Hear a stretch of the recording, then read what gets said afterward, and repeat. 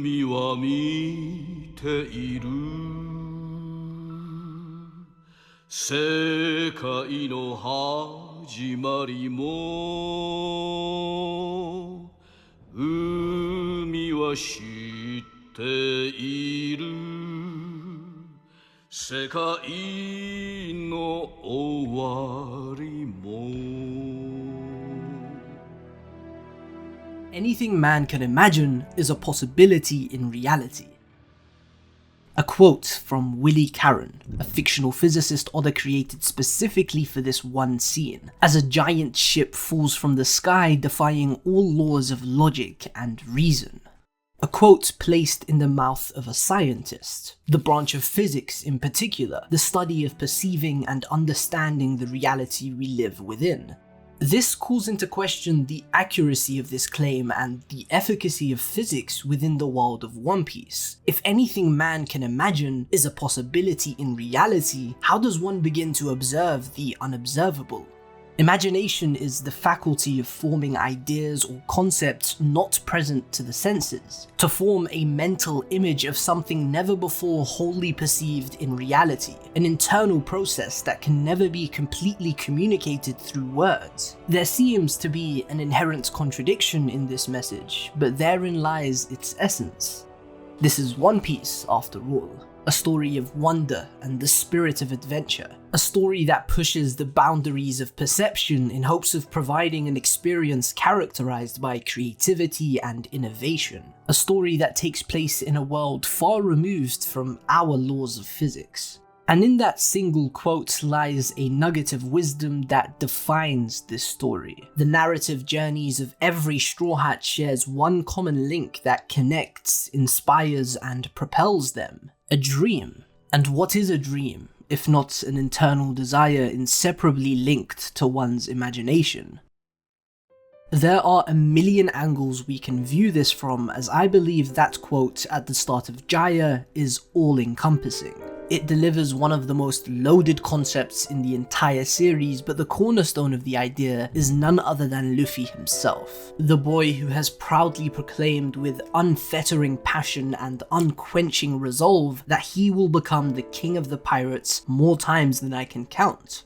Why does Luffy have little to no thought bubbles as the main character of a 100+ volume manga? Eiichiro Oda addresses this himself in an SBS, claiming he has written Luffy to be a straight shooting kind of man. If he's thinking something, he'll say it. He speaks everything into existence, verbalizing whatever enters his mind.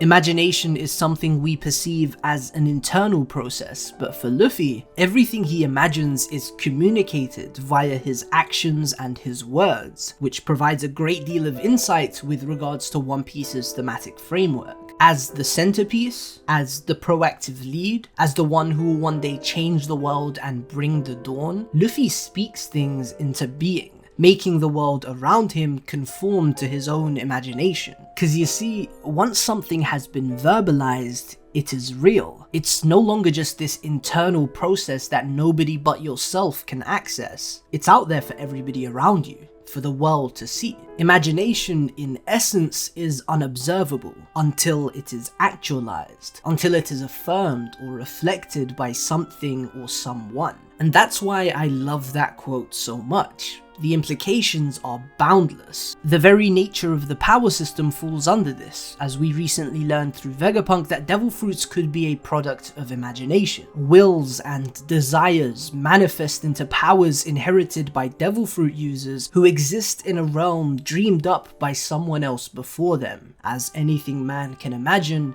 is a possibility in reality.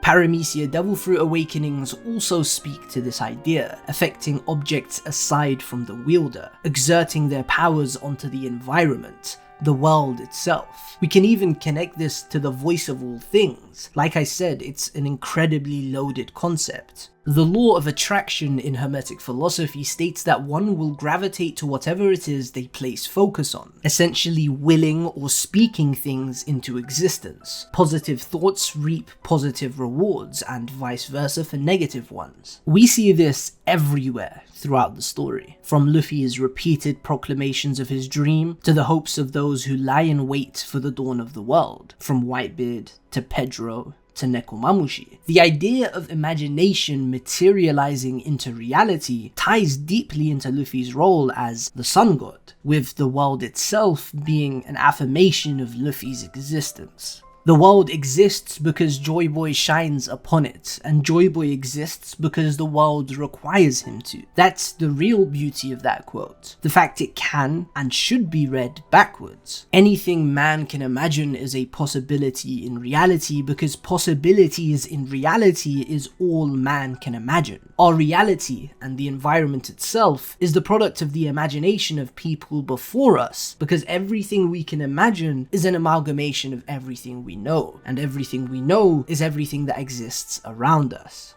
Think of it this way. Sir Isaac Newton discovered the laws of gravity when an apple fell on his head. Before this realization, one could argue that gravity didn't exist. The force was always there, but it lacked a form, a name. It was beyond the scope of human understanding. That one coincidence hundreds of years ago is the only reason we can recognize and study something that was previously unobservable. We feed off the knowledge of our predecessors and bolster that knowledge with our own. The unknown is still there. It is simply unobservable. It is a part of the world's nature that humanity has yet to venture into. The possibilities are endless, but each discovery stacks upon the previous and coalesces to form the basis of reality, and in turn the basis of what one can imagine.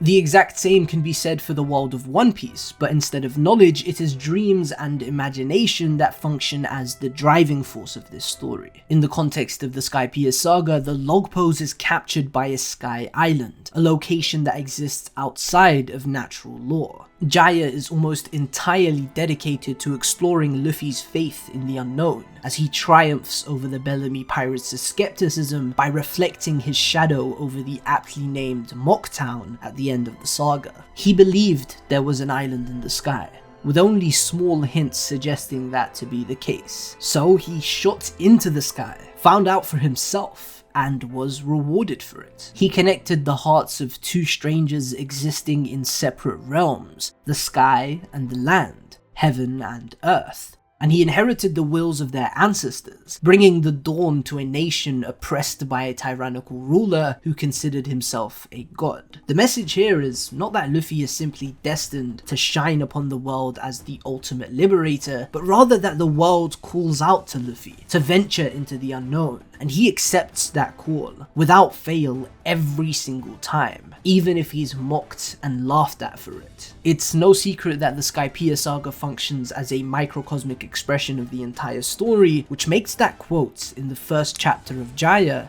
all the more significant. Luffy isn't just inheriting the wills of Roger and the previous Joy Boy by bringing an end to the 800-year rule of the world government. He is inheriting the wills of everybody who has suffered at the hands of their darkness, past and present. Luffy is both the product and exertion of imagination itself, the boy who will bring the prophesied dawn, carrying the desires and dreams of everybody who came before him in the pursuit of his own dream. He views the Pirate King as the freest individual on the seas, and the Pirate King is also the only individual to have traversed the entire world. What better dream for the one who exerts his imagination onto the world than to conquer that same world by freely venturing across its entirety? If the world itself is bound by man's imagination, and man's imagination is bound by the world, Luffy exists as the perfect balance in the center of this duality. The boy who dreams of becoming the Pirate King as he yearns for freedom.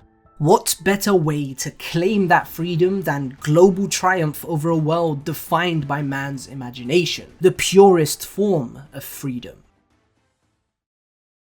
This was a pretty tough video to write. The spread of a ship falling out of the sky has been my favorite in One Piece for a while, and I'll never forget the feeling I had as a child watching that scene for the first time, but I never really understood the quote, and even now, I don't think I have a complete grasp over everything Oda was intending to communicate to the reader. It's an incredibly abstract, conceptual idea, which makes it very difficult to try and interpret, but I gave it my best shot. If you have any thoughts to add, please do in the comment section down below, as I'm really interested to hear what you guys think and have to say. I hope this video gave you something new to love or just think about with regards to One Piece. With that being said, thank you very much for watching, and I hope you have a fantastic day.